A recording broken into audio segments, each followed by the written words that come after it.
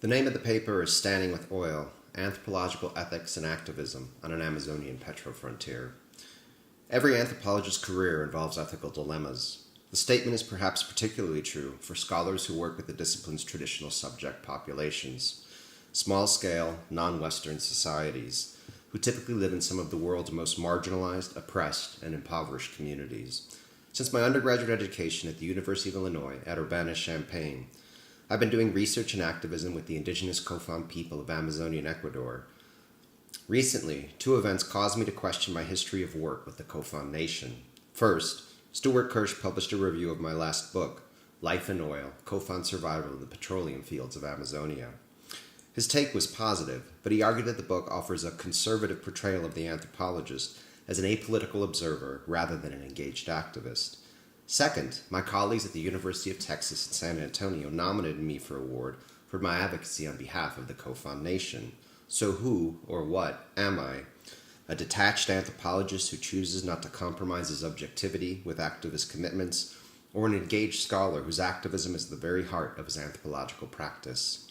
In this talk, I explore the ethical, political, intellectual, and personal complexities of anthropological activism by reflecting on my own practice over 2.5 decades of involvement with the Kofan Nation.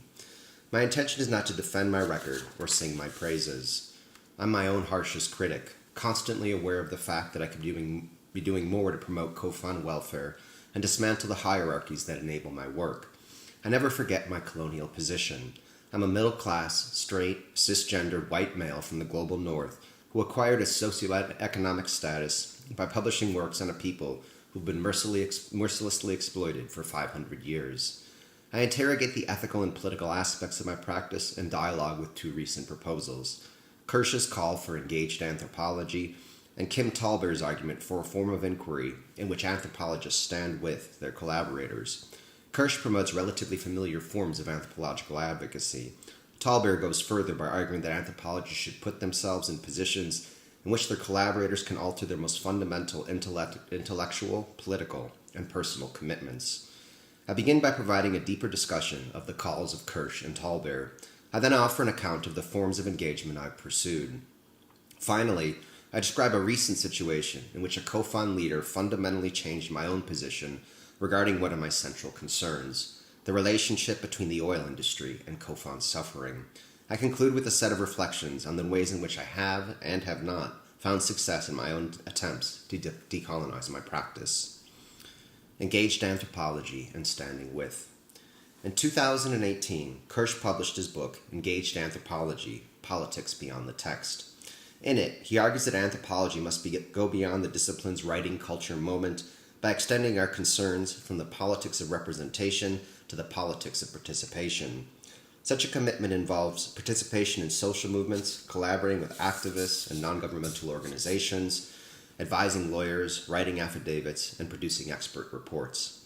Kirsch acknowledges the criticisms of engaged anthropology, but he does not believe they should dissuade anthropologists from activist pursuits. Some critics argue that when anthropologists identify too closely with their collaborators' political projects, their accounts become partial representations. In certain cases, engaged anthropologists ignore or misrepresent issues that cast their collaborators in a negative light. In addition, their accounts often fail to acknowledge the tensions within their subjects' political movements. Consequently, suggests Michael Brown, many engaged anthropologists fall prey to ethnographic refusal. They produce simplistic representations that offer little useful information for anyone who seeks to understand the actual challenges facing marginalized peoples. In a related critique, some commentators suggest that when anthropologists explicitly take on activist roles, they portray themselves as the heroes of indigenous struggles. The anthropologist as savior, of course, is a deeply colonial trope with heavy political baggage. Finally, Kirsch acknowledges the fears of some anthropologists who worry that if they advocate too intensively for their subjects, powerful actors, including courts, will discount their representations as biased and untrustworthy. Kirsch refutes the idea, reporting that in his own work, lawyers have told him that his commitments add legitimacy to the legal documents he produces. Kirsch's call for engaged anthropology mirrors a long history of anthropological activism, especially in regions like Amazonia. 30 years before Kirsch published his book, the Amazonianist Robin Wright made many of the same points in his article, Anthropological Presuppositions of Indigenous Advocacy. Wright, too, argues that anthropologists can support indigenous peoples by collaborating with lawyers on legal cases, by creating fora for indigenous representatives to air their grievances and make their demands, and by publicizing the challenges and proposals of indigenous communities. It was largely the work of Wright and other Amazonianists that formed my own understanding of anthropological activism in the mid-1990s, when I decided to pursue a doctorate in the discipline. Of particular importance was Bruce Albert's 1997 declaration that ethnographers of indigenous Amazonia can no longer do participant observation, but have to commit themselves instead to observant participation. In her article, Standing With and Speaking as Faith, a feminist indigenous approach to inquiry, Kim Tallbear acknowledges the kinds of support Kirsch advocates, but she pushes them further. For her, any form of engagement that maintains the researcher-research binary is a colonial affair. Instead, she suggests that anthropologists should work to seek out and articulate overlapping respective intellectual, ethical, and institution-building projects, to share goals and desires while staying engaged in critical conversation and producing new knowledge and insights. Central to this effort is Tallbear's notion of standing with one's collaborators. As she writes, quote, "A researcher who is willing to learn how to stand with a community of subjects is willing to be altered, to revise her stakes and the knowledge to be produced." Standing with one's subjects is about negotiating a form of investigation in which our collaborators can change our deepest political and intellectual commitments. Such a relationship demands relating to our subjects as true colleagues and building shared, long-lasting social worlds with them, in which we invest our political, scholarly, and emotional energies. In articulating such a form of involvement, Tallbear turns to feminist ideas and how we can bring care into our practice. Citing Donna Haraway and others, Tallbear advocates the creation of projects in which we become invested moral agents in our collaborators' lives.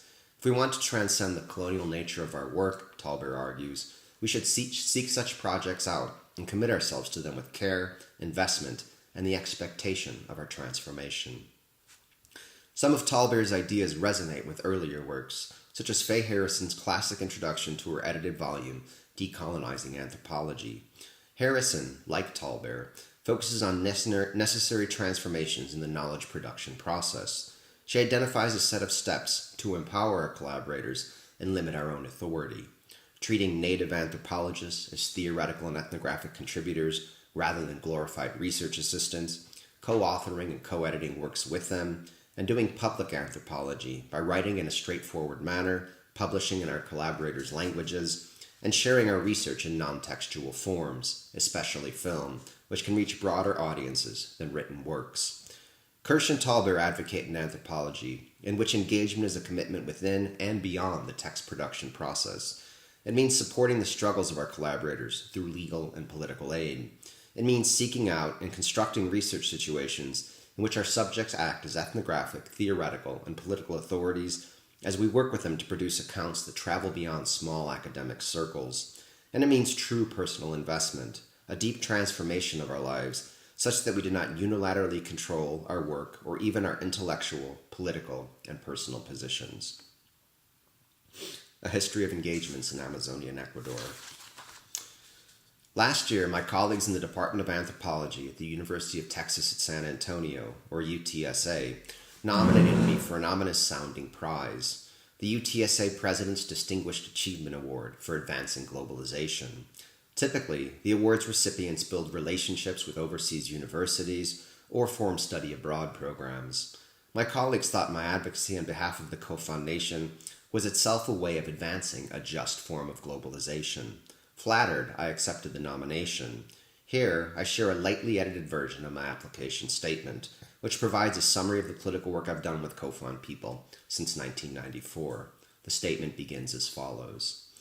As an anthropologist who for more than 2 decades has worked with an oppressed ethnic minority, the indigenous COFON people of Amazonia and Ecuador, I've advanced a form of globalization that strives to better the lives of people in some of the world's most marginalized communities. Since arriving to UTSA in 2007, I've worked to develop equitable global relations through indigenous rights advocacy, public scholarship, and training indigenous students.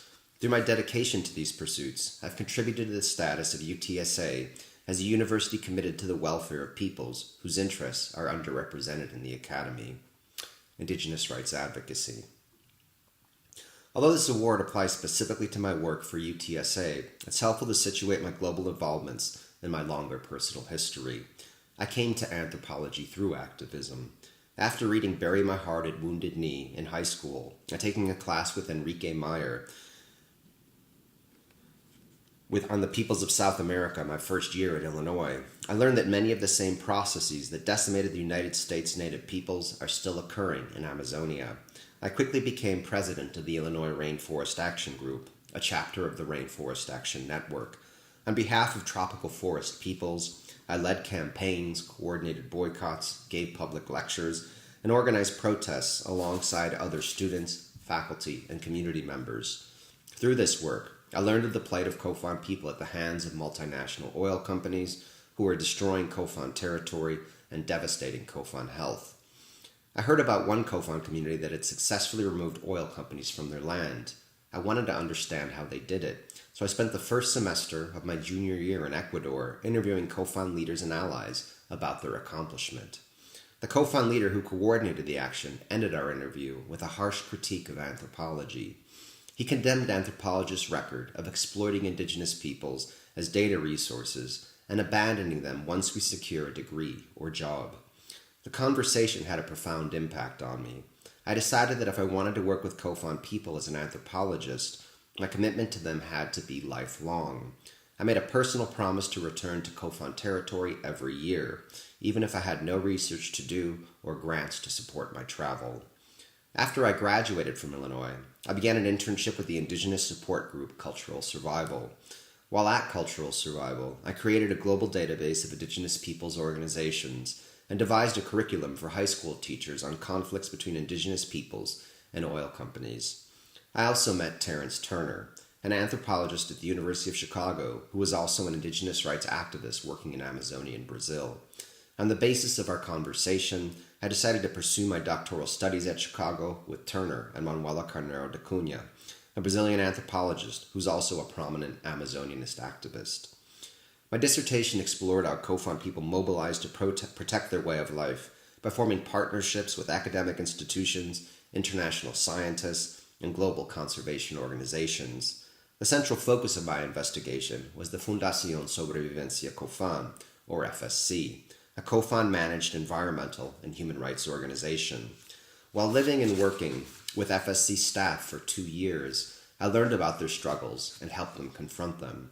I wrote grants on behalf of the FSC and accompanied FSC employees to meetings with government officials, NGO representatives, and donor institutions. In many meetings, I acted as a translator for Kofan activists, whose main means of communication is ndase'cho, a linguistic isolate. After beginning my professorship at UTSA, I published a book on the FSC's work. I intended it to share the lessons the Kofan had learned with a readership that included indigenous activists, indigenous rights supporters, policymakers, and environmental organizations. While in Chicago, I began to work with the Field Museum of Natural History. From 2007 to 2017, I served as an Action Fellow in the museum's program for Science Action for Community and Conservation. With the museum's support, I regularly traveled to Kofan territory to work on land rights campaigns and community conservation projects. I also helped museum staff conduct collaborative research on Kofan conservation initiatives, some of which led to peer-reviewed articles co-authored by Kofan people. I also became coordinator of the museum-supported Kofan Historical Mapping Project, an effort I devised with the Indigenous Federation of the Kofan Nationality of Ecuador. The project aimed to document Kofan territorial history, to train a group of Kofan activists in research and media production techniques, and to develop educational and political materials. The materials include a large-scale map of Kofan territorial claims and an Aingé language film on Kofan territory-related oral histories. I've engaged in smaller-scale advocacy efforts as well. In 2017, I received an Engaged Anthropology grant from the Wenner-Gren Foundation for Anthropological Research to help Kofan people create a written protocol that they can use to negotiate just, equitable, and transparent partnerships with non-Kofan scholars. The same year, I began collaborating with Kofan student Hugo Lusitante at Brown University on the Kofan Heritage Project, which aims to make Kofan-related historical and cultural materials available online. I'm now in conversation with Brown librarians to create a digital archive of Kofan cultural resources, including my own ethnographic material, that Kofan people will be able to access and eventually control. I also write expert reports and amicus briefs for legal cases involving the Kofan. One was for a case at the International Court of Justice that sought relief for indigenous Ecuadorians whose health and land were under threat because of the aerial fumigation of coca crops along the Ecuadorian-Colombian border.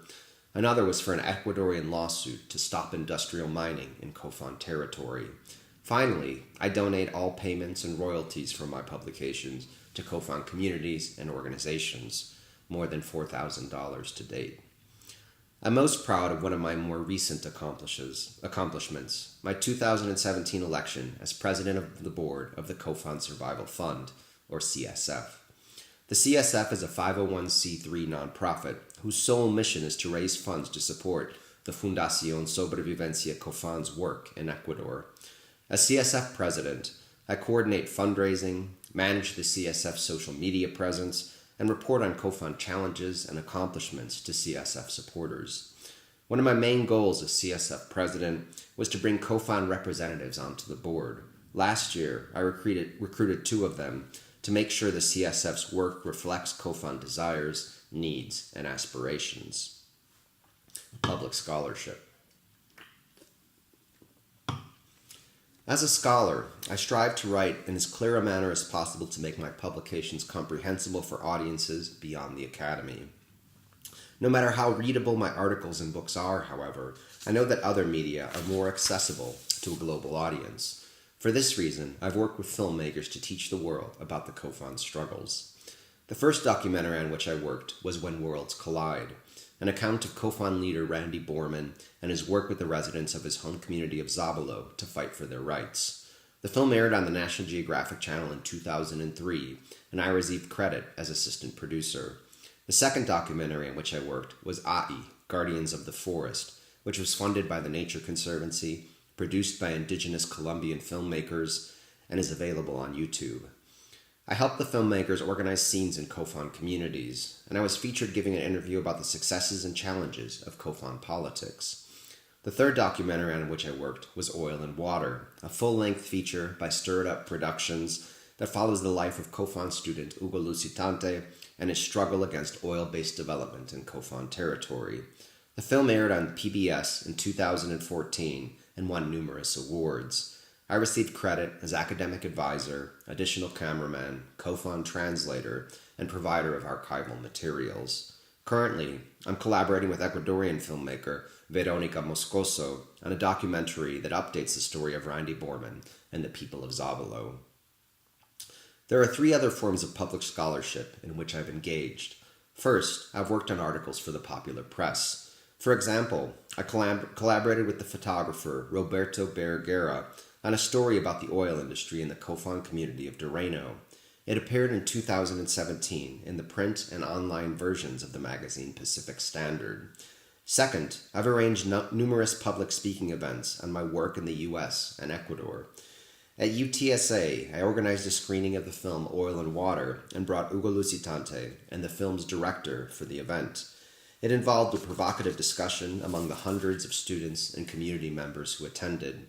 After the screening, I arranged a benefit concert at a local venue that netted $1,000 for Hugo's medicinal plant project in his home community. Finally, I'm working with Guerra to organize photo exhibits in the U.S. and Ecuador concerning the oil industry's operations in Kofan territory. We want local community organizations to participate so they can discuss their own oil-related work alongside a consideration of Kofan activism. Training indigenous students. As part of my research, I've trained numerous Kofan youth in anthropological methods. 5 of them work with me on the Kofan Historical Mapping Project, through which they learn semi-structured interviewing, audio and video recording, film editing, and the basics of collecting GPS points and composing maps with them. Martin Criollo, the main Kofan coordinator of my oil-related research, helped me compose interview scripts and economic diary templates, and together we transcribed A'ingay language interviews. During our collaboration, he graduated with an anthropology degree from Ecuador's Universidad Cuenca and began to coordinate his own research projects.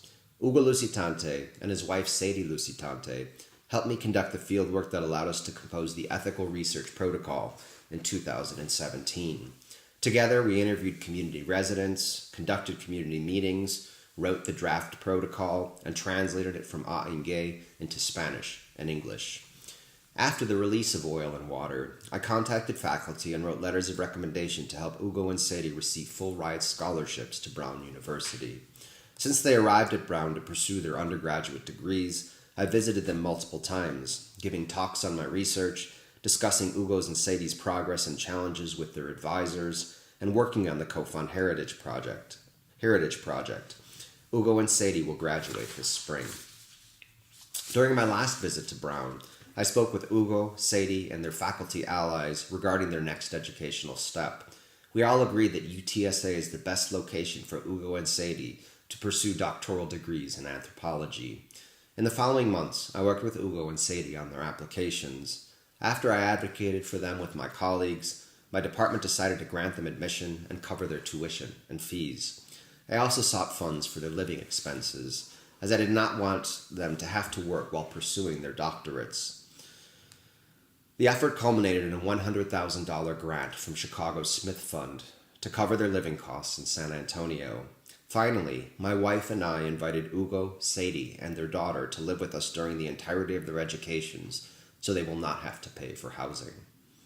Although Hugo and Sadie are fluent in English and will be equipped with degrees from an elite university, they'll need intensive advising at UTSA given their cultural backgrounds.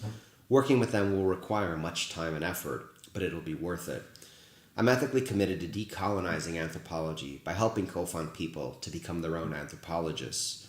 Hugo and Sadie's ultimate dream is to return to COFON territory to create an ethnographic and archaeological field school. The school will supply jobs to COFON people, and it will allow Hugo and Sadie to be close to their families, to continue their research, and to further their work as advocates for their people. Concluding statement. I value the connections I've helped to establish between UTSA and international academic institutions, including universities, scholarly societies, and journals. More important, I believe, are the steps I've taken to right anthropology's historical wrongs. From being the exploited objects of scientific study, people like the COFON are becoming true partners in the academic process. In the future, they'll conduct scholarly work on their own. Only by aiding marginalized and oppressed peoples in their social, political, economic, and environmental struggles can we create the conditions that will allow them to make academia an open, equitable, and globalized space. Although I'm extremely self-critical, I believe I've contributed toward realizing this vision. So ends my statement for the poorly named award for advancing globalization. Before providing a critical commentary on the history of engagement it describes, I want to discuss a different matter that pertains more closely to Tallbear's call for anthropologists to stand with their collaborators.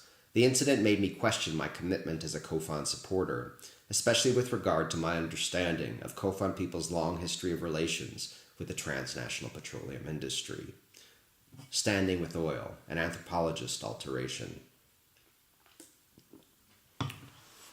In a 2018 paper for the meetings of the American Anthropological Association, I described how a COFON community's practical negotiations of oil's presence projected a positive future for indigenous life in Amazonian Ecuador. My field site was the community of Dureno. Since the mid-1960s, COFON existence has been impossible to disentangle from the work of petroleum extraction. Although oil has caused a multitude of painful transformations in Dureno, it began to take on a new valence in 2012.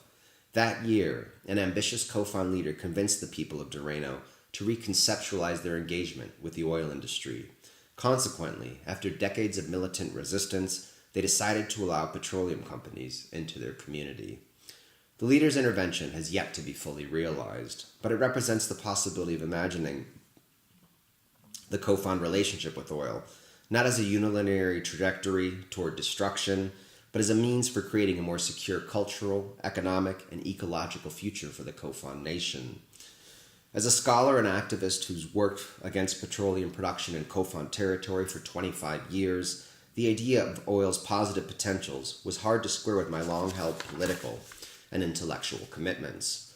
Nonetheless, the people of Durango, and especially their president, convinced me that I should understand the relationship between Kofan people and oil in a different way. In Talbert's words, they'd succeeded in shifting one of my most deeply held positions, as well as the ways I addressed it in my publications and activist commitments. As Nestor Silva remarked in his own review of my book, Life in Oil, social scientists almost always frame stories of oil in a declensionist register, that is, as narratives of catastrophic decline. In Durango, it's hard to avoid a declensionist framing when discussing oil's consequences. From the first appearance of oil workers on their land, Kofan people began to feel the substance's effects. Company employees raped Kofan women and allegedly killed Durango's chief. Crude spills covered rivers and the animals that lived in them. The corporation Texaco dumped billions of gallons of formation and produced waters into the region's streams. Fish and game began to carry the scent and taste of oil in their flesh. Ash from gas flares and burning waste pits rained down on Kofan gardens and bodies. People suffered serious health problems, skin and digestive ailments, birth defects, and various types of cancer, which have killed a significant portion of the village's residents. Simultaneously, the oil roads brought a massive wave of colonization by non-indigenous settlers who expropriated Kofan territory and slashed its forests to plant farms and pastures. 2 decades after oil entered their territory, the people of Durango began to fight back. With the assistance of indigenous and non-indigenous allies, they occupied and shut down a drilling platform Texaco constructed in their community in 1987. A splinter group of Durango residents fled the effects of oil and created the settlement of Zabalo in the mid-1980s. When an oil company appeared on their land, they kidnapped its workers, burned its heliport, and occupied its exploratory well, acts that received global media attention and forced the company out. In 1998, the people of Durango took over Durango Uno, the oil well that Texaco drilled inside their community in 1969. After weeks of tense standoffs with the Ecuadorian military, the government decided to close the well. Suddenly, the Kofan achieved international fame as both victims of and victors against oil. Durango's anti-oil stance lasted well into the administration of Ecuadorian President Rafael Correa, a leftist economist who held office from 2007 through 2017. Determined to reverse the neoliberal course charted by his predecessors, Correa devised a comprehensive plan of social, political, and economic reform he dubbed the Citizens' Revolution. In order to combat poverty, he reconstructed Ecuador's public infrastructure and educational and public health systems. He financed the revolution with revenue from extractivist enterprises. Buoyed by high oil prices, Correa's revolution bore fruit. The lot of the country's poor and middle class began to improve. Yet Correa took a hard stance against any actors who threatened the extractivist funding of his programs. Whereas previous administrations rarely violently suppressed indigenous protests against oil and mining, Correa sent out the military and police en masse, resulting in a wave of arrests and multiple deaths. Despite his repressive stance toward environmental and indigenous activists, Correa created institutions dedicated to using natural resource revenues to improve the quality of life in the regions from which the resources came. At the end of 2011, the people of Durango elected a new community president. His name was Eduardo Mendua. 29 at the time, he'd served in the Ecuadorian military, but never completed high school. Unlike many villagers, he spoke Spanish perfectly. He'd accumulated a wide circle of indigenous and non-indigenous confidants who helped him form his political and economic vision.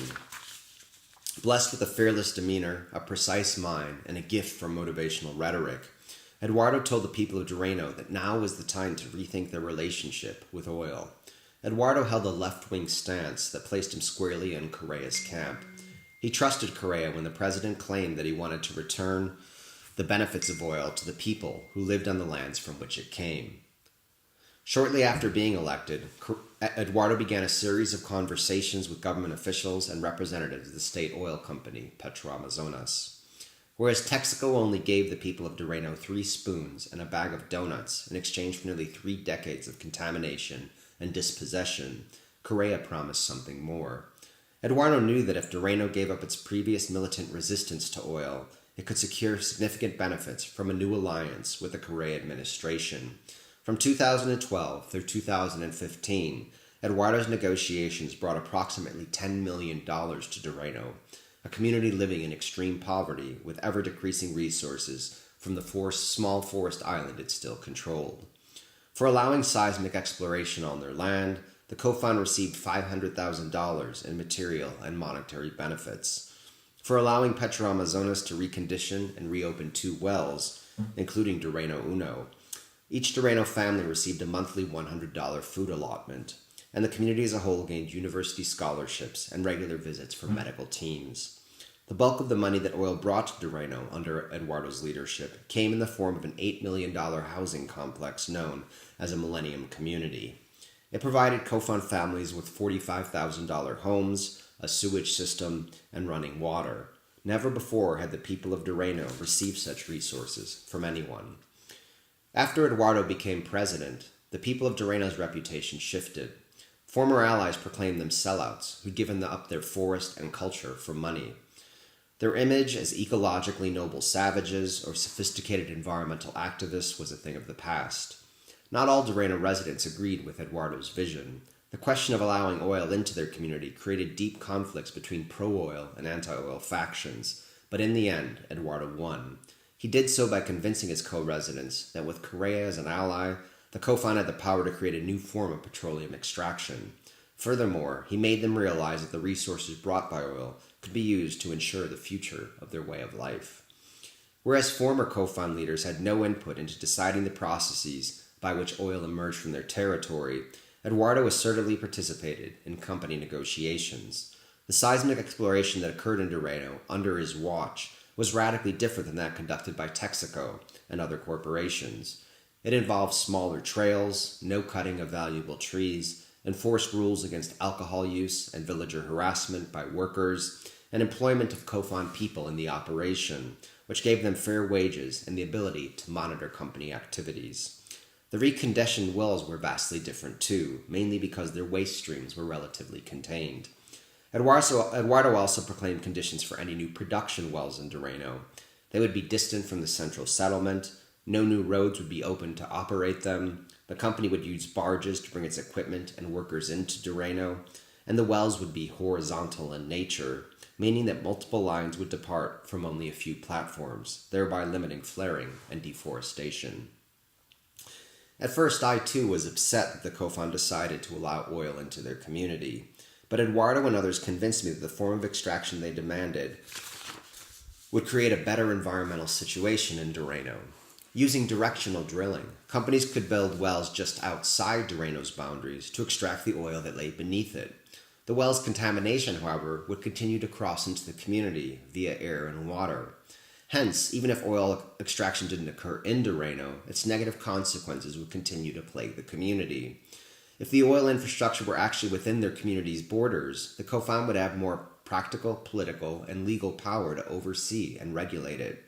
Embracing a logic similar to that described by Timothy Mitchell in Carbon Democracy, Eduardo argued that having oil operations occur on COFON land would allow COFON people to effectively shape them via strikes, protests, and blocking the entrance of barges and workers. If the infrastructure were off their land and beyond their control, the COFON would have much less power to force companies to do what they promised. Eduardo also insisted that keeping oil outside Durango's borders would not only mean a more destructive extraction process, it would ensure that the COFON would receive none of the financial benefits. Community residents used company compensation to buy needed goods. The income also satisfied the desires of young men, whose previous poverty had led to inter-household theft, which caused serious social tensions. In addition, Eduardo argued, being able to earn money from oil meant that ambitious youth would not have to leave the community to find jobs elsewhere. Consequently, they would maintain their ties to their homes and families, marrying other COFON people and producing additional COFON generations. Paradoxically, in other words, oil and the money it brought would ensure the future of COFON culture. An astute consumer of national news and company information, Eduardo knew that the reserves beneath Durango would last only a few decades. Hence, he insisted that the community should embrace its inherently temporary alliance with the oil industry to gain millions of dollars. He intended to use the money to build a luxurious tourism complex in Doreno. It would be managed and staffed by Kofan people to show their forest, their culture, and their ecological knowledge to visitors from around the world at a high price. Hence, Eduardo wanted to transform the finitude of oil into a sustainable income source that would be ecologically benign, Kofan controlled, and capable of creating enough income to keep people in the community and assure the continued existence of their lifeway. Of course, there are many reasons to be skeptical of Eduardo's vision for reworking the Kofan relationship with oil. No matter how good the technology and oversight, oil extraction is an inherently risky process, especially in seismically active countries like Ecuador. The Correa administration is no longer in power, and no one knows whether the current or future administrations will offer the same kinds of resources and opportunities that Correa did. Perhaps the most important reason behind outsider skepticism toward a new Kofan relationship with oil involves its financial logic. As Jessica Catalino argues in her account of Seminole gaming, most Westerners are convinced that an influx of money into indigenous communities inevitably leads to their cultural decline. Such a pessimistic, reductionistic assumption is more about non-indigenous stereotypes than indigenous experiences. I don't know if Eduardo's vision will become reality, but his arguments have opened my own thinking about oil in Amazonia and elsewhere. Eduardo taught me that oil is not a homogeneous, stable monolith. Rather, it's subject to the negotiations, interventions, and redeployments of creative agents, including the people of Doreno. Critics who bet against Doreno's plans for oil might be proven right, but they're definitely wrong to believe that they already know the story's conclusion. There's more than one future for the Kofan nation and its relationship with oil, and few are as dismal or as fixed as many scholars and activists presume them to be. Self-evaluation. Given my history of activism, I think it's fair to say I qualify as an engaged anthropologist according to Kirsch's use of the term. I've participated in the forms of support politics that he proposes by working on legal cases and aiding Kofan organizations. Nonetheless, my own contributions have been minimal compared to the work put in by Kofan activists. In my award statement, I'm clearly guilty of an overly heroic self-portrayal. In addition, I've not been as successful as I would like in a struggle not emphasized by Kirsch, fundraising. Although I've written grants, issued social media pleas, organized crowdfunding initiatives, and sung the merits of Kofan proposals to donor institutions, I've never succeeded in netting the FSC the multi-million-dollar endowment it needs to fund its work in perpetuity. What many Western activists don't realize is that indigenous political projects need money, and lots of it. One of the most successful FSC efforts was the Kofan Park Guard program, which succeeded in limiting deforestation in legalized Kofan territory to zero during its time of operation. Yet to be truly effective, the program requires between $250,000 and $500,000 every year for supplies, equipment, legal work, logistical operations, and wages for Kofan rangers who need to support their families while they're cutting boundary trails and battling miners, loggers, and colonists for months at a time. As CSF president, I've made it a personal challenge to create the endowment that will resurrect and maintain the Park Guard program. Despite a few promising leads, I've yet to be successful. If I'm not, the Kofan homeland will remain far too vulnerable. My record of public scholarship is not as strong as it could be. I know that people outside of academia read my books, but I'm not sure what practical effects they have, although a few people told me they decided to donate to the CSF after reading Life in Oil.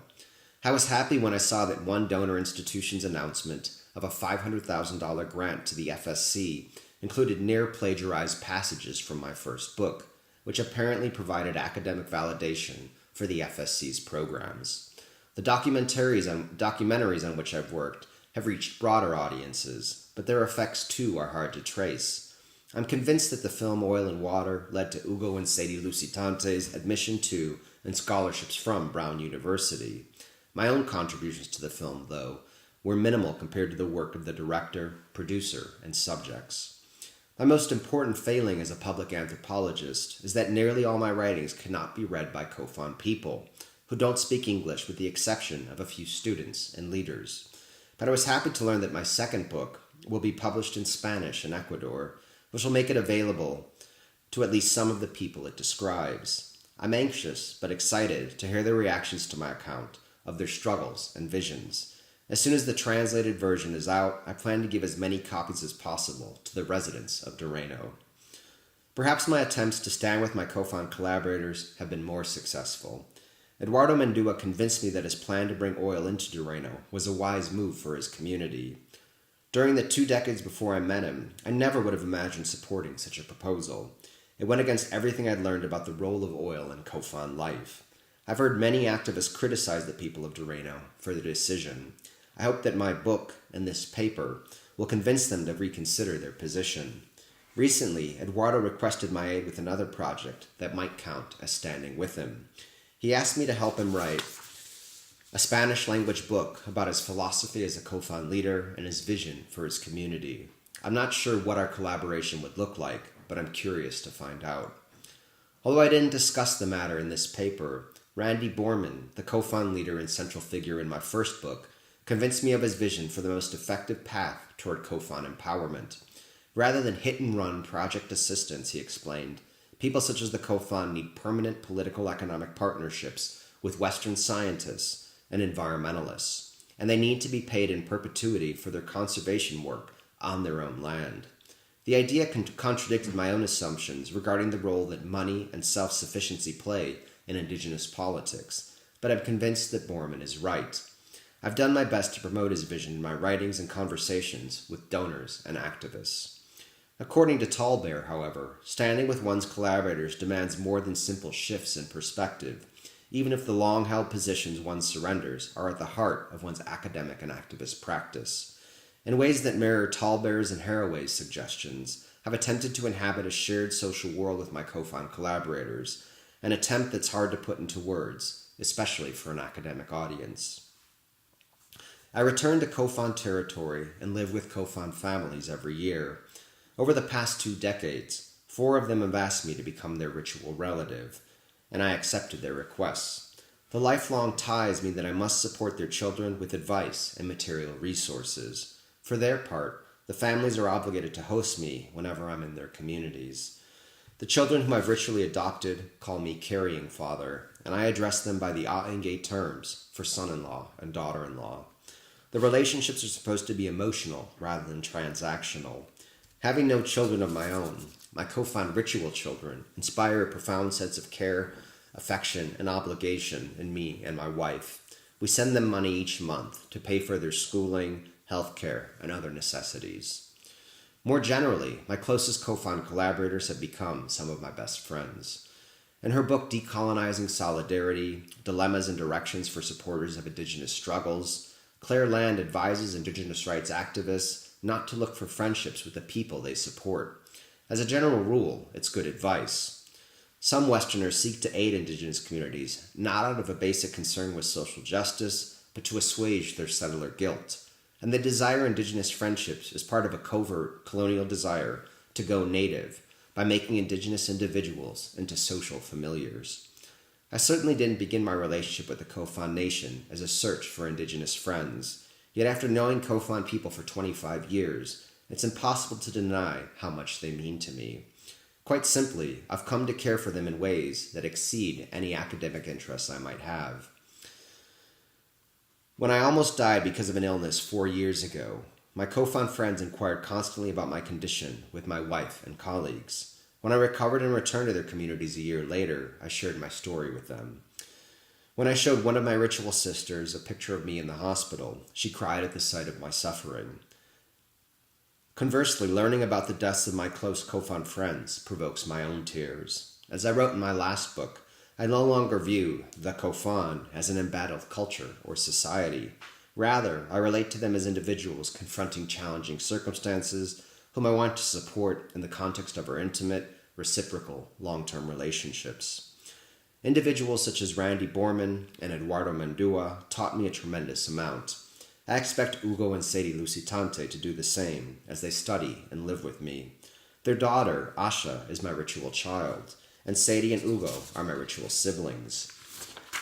As they pursue their degrees, they'll become the foremost experts on the culture and history of their people. They already know more about Kofan life than I do. I must admit that the idea of advising them is intimidating, as I'm sure their interpretations will depart from my own in significant ways. But helping our collaborators to challenge our representations is essential to decolonizing our practice. I sometimes wish other scholars would have supported Ugo's and Sadie's doctoral educations, as I wanted them to have the personal distance that would have allowed them to feel fully comfortable critiquing my work. Unfortunately, no other institution stepped up to the plate, and I'd be lying if I said I'm not looking forward to spending time with them. I know I'll learn much from them as I conduct research alongside them and co-publish articles with them.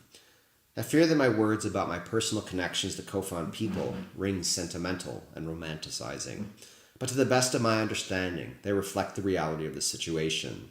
Kofan people appreciate my company, and I appreciate theirs. It helps that they're tremendously generous and funny. I share their sense of humor, and my time in Ecuador is filled with laughter.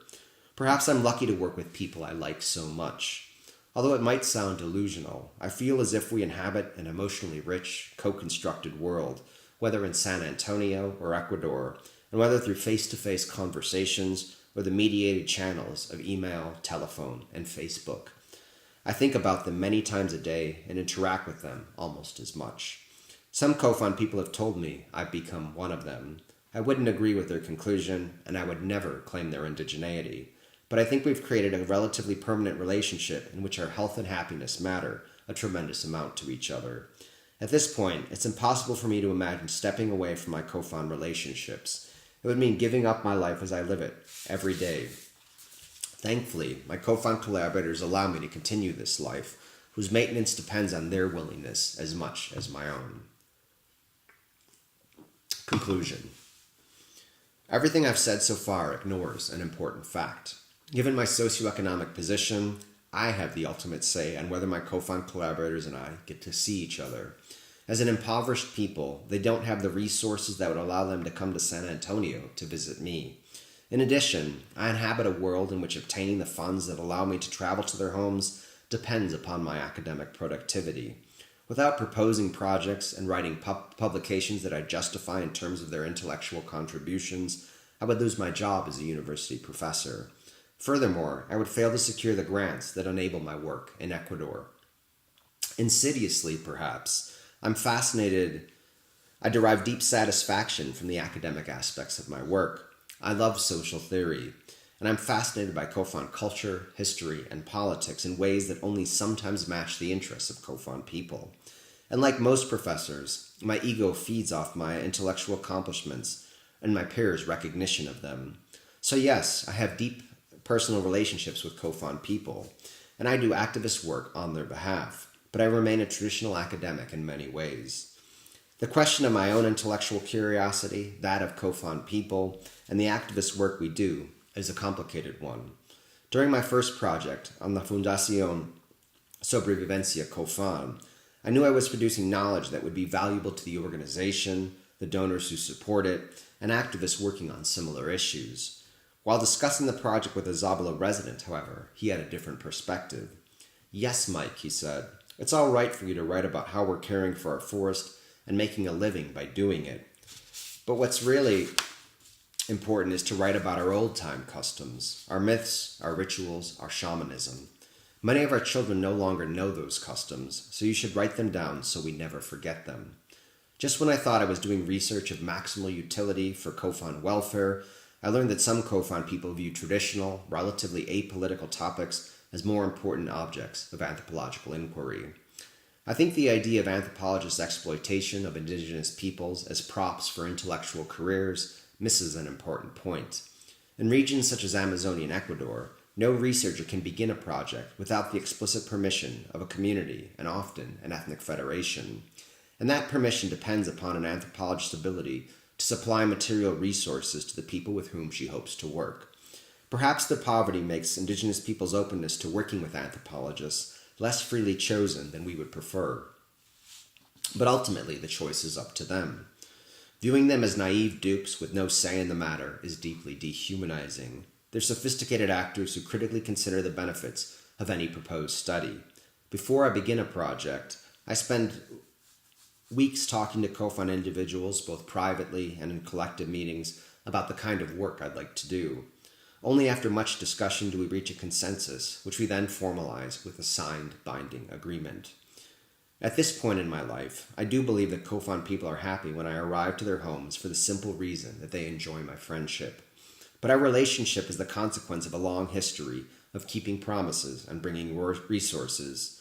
Even now, no co-fund person would agree to work on my projects if I didn't compensate them. After all, they know that I myself derive income from the projects, at least indirectly, because they help me keep my job as a professor. In addition to the thousands of dollars in royalties I've returned to their communities, I've supplied many thousand more for co-fund people's collaboration.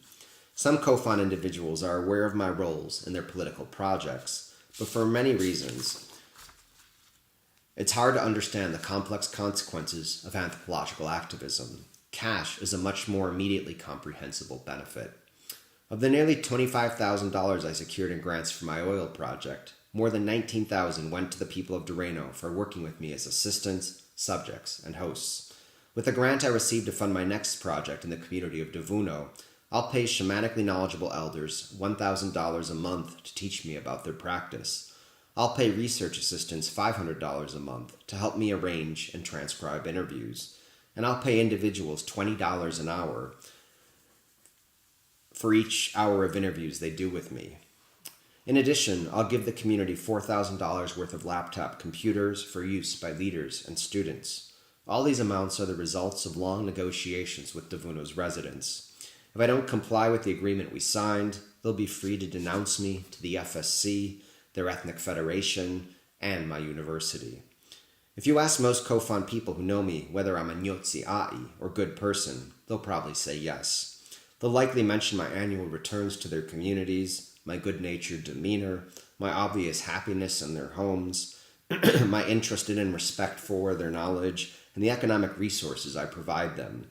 Although the small sums I supply might look like trinkets and beads to Westerners, the co-fund are desperately poor. $50 can mean the difference between watching one's child suffer through an illness at home or bringing them to a hospital.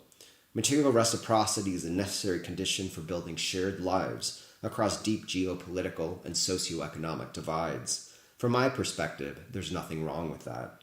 I provide co-fund people with resources that few other people offer them, and they provide me with opportunities that both intellectually interest me and supply me with the conditions for maintaining my employment and securing the grants that enable me to spend time in Ecuador.